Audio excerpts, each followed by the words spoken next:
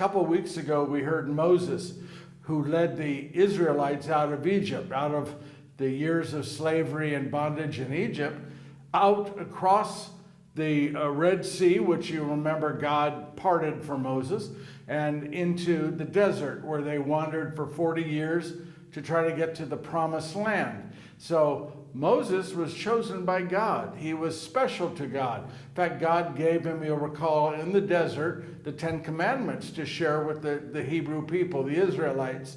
And then when God heard from Moses that the people were hungry, God brought the people food. When they were thirsty, God brought them something to drink. So there was this close relationship between God and Moses. And yet, in the end, when Moses got to the promised land with the Israelites, he was told by God that he could not go in to the promised land.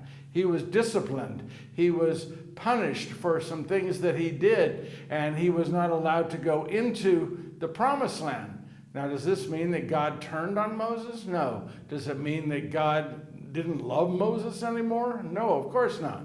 God punished Moses, disciplined Moses, did not let him go into the promised land. But Moses still made it to heaven. We know this from a few different places in Scripture, not the least of which is the Mount of Transfiguration, where Moses and Elijah are there talking to Jesus in front of Simon Peter, James, and John. So we know Moses went to heaven even though he was disciplined by God.